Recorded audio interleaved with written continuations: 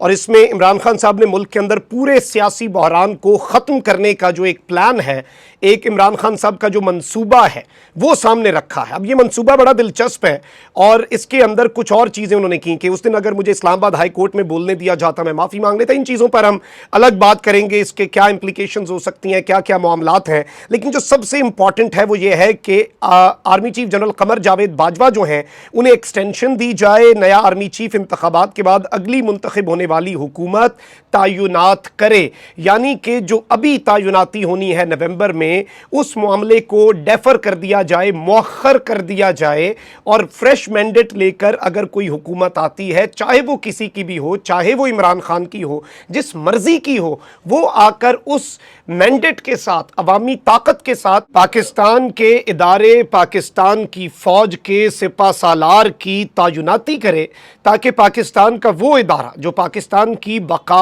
اور پاکستان کی سلامتی کا ضامن ہے۔ عمران خان صاحب متعدد مرتبہ یہ کہہ چکے ہیں کہ پاکستان کے لیے عمران خان سے زیادہ ضروری پاکستان کی فوج ہے، اور بلا شبہ پاکستان کی قوم جو ہے اس کے لیے فوج بہت اہم ہے۔ ہمارے لیے ہماری فوج، ہمارا فوجی جوان ریڈ لائن ہے اور پوری قوم اپنی فوج کے پیچھے ہوتی ہے۔ تو یہ جو ایک ٹولہ ہے جس پر عمران خان نے عدم اعتماد کا اظہار کر دیا ہے کہ یہ چوروں کا پورا ٹولہ کس طرح ممکن ہے کہ پاکستان کے اہم ترین ادارے کی سب سے اہم ترین تعیناتی کرے اور وہ اگلے 3 سال تک اس طرح سے۔ obviously اس میں جو پوائنٹ ہے وہ یہ ہے کہ عمران خان صاحب پہلے یہ بات کر چکے ہیں، تو اب وہ کوئی ایسے شخص کا تعین بھی کر دیں تو وہ ان کے لیے بھی جو بالکل ظاہری بات ہے پاکستان کی افواج میں جتنے جرنیل ہیں اس وقت جو لائن میں ہیں وہ سارے قابل ترین ہیں، لیکن ان کے ہاتھوں تعیناتی ہونے سے معاملات جو ہیں ان میں کچھ ادھر ادھر چیزیں ہو سکتی ہیں۔ تو یہ ایک بڑی اہم پیش رفت ہے۔ اب کامران خان صاحب کا یہ دعویٰ کہ عمران خان صاحب نے اس معاملے کے اندر تمام تر چیزیں کی ہیں اور انتخابات پر حکومت سے وہ مذاکرات کے لیے تیار ہیں، یہ دعویٰ جو آیا ہے اس کے بعد رؤوف کلاسرا صاحب نے ایک اور انکشاف کیا ہے۔ وہ کہتے ہیں کہ farmer P M Imran Khan in dramatic twist pleads for extension in service of Army Chief General Bajwa claims Fawad Chaudhry کہ عمران خان صاحب کے ایک طرح سے سپوکس پرسن ہی آپ کہہ لیں پی ٹی آئی کے، اور وزیر اطلاعات بھی تھے خان صاحب کے، اور اس وقت سینئر وائس پریزیڈنٹ ہیں فواد چودھری صاحب، انہوں نے بھی رؤوف کلاسرا صاحب کو یہ بات کنفرم کر دی ہے کہ یہ معاملہ ہے۔ اب یہاں پر کچھ باریک فرق آپ نے سمجھ لینا ہے۔ ایکسٹینشن تو آٹومیٹکلی کمز ود ڈیفرمنٹ، لیکن عمران خان صاحب نے جو بات کی ہے، جو میری انڈرسٹینڈنگ ہے، وہ ڈیفرمنٹ ان the appointment of the next army chief ہے، کہ اگلے آرمی چیف کی اپوائنٹمنٹ کو ڈیفر کیا جائے، مؤخر کیا جائے، اور ان دا مین ٹائم obviously آپ ادارہ جو ہے اس کے اندر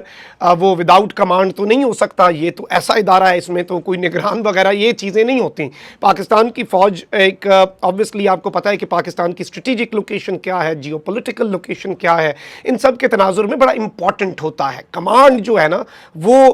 سب سے بڑی آپ کہہ لیں کہ فاؤنڈیشن ہے اس پورے ادارے کی، اور یہ ادارہ اسی کی وجہ سے قائم ہے، تو یہ چیز بڑی امپورٹنٹ ہوگی۔ تو وہ آٹومیٹکلی یہی ہوگا کہ جو موجودہ سیٹ اپ ہے وہ چلتا رہے گا، اسی طرح سے آگے چلے گا۔ اور اس سب کے اندر میں آپ کو یہ بتا دوں کہ ایک بہت بڑا فرق ہے۔ عمران خان صاحب نے یہ کہا ہے کہ نئی حکومت تعیناتی کا فیصلہ کرے، اور پھر یہ سب کچھ کس چیز کے ساتھ مشروط ہوگا، یہ مشروط کس چیز کے ساتھ ہوگا، وہ یہ ہے کہ اس کے لیے الیکشن کی تاریخ اور الیکشن کی تاریخ کا تعین اور اس کا پھر اعلان پبلکلی، جو اس کی اناؤنسمنٹ ہے، public announcement of the debt of the election, اور اس میں obviously آج اگر چیزیں کی جاتی ہیں 1 ہفتے بعد کی جاتی ہیں، 2 ہفتے بعد کی جاتی ہیں، تو ایک پورا ٹائم درکار ہوتا ہے، ایک پورا سیٹ اپ ہے۔ اسی دوران پھر نگران سیٹ اپ میں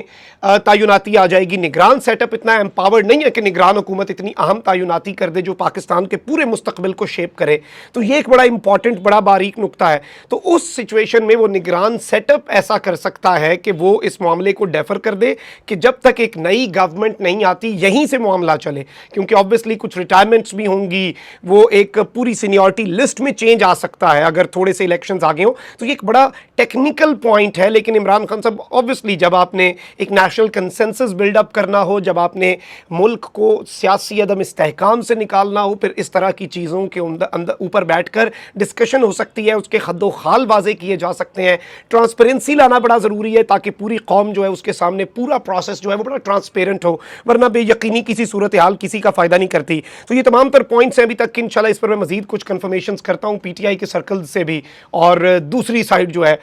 اس کے بھی کچھ ذرائع سے بات شاید کرنے کی کوشش کرتے ہیں. تو آپ کو انشاءاللہ اگلے ویلاگ میں کچھ اور ڈیٹیلز دیں گے. اپنا بہت خیال رکھیں. اللہ نگہبان. پاکستان زندہ باد.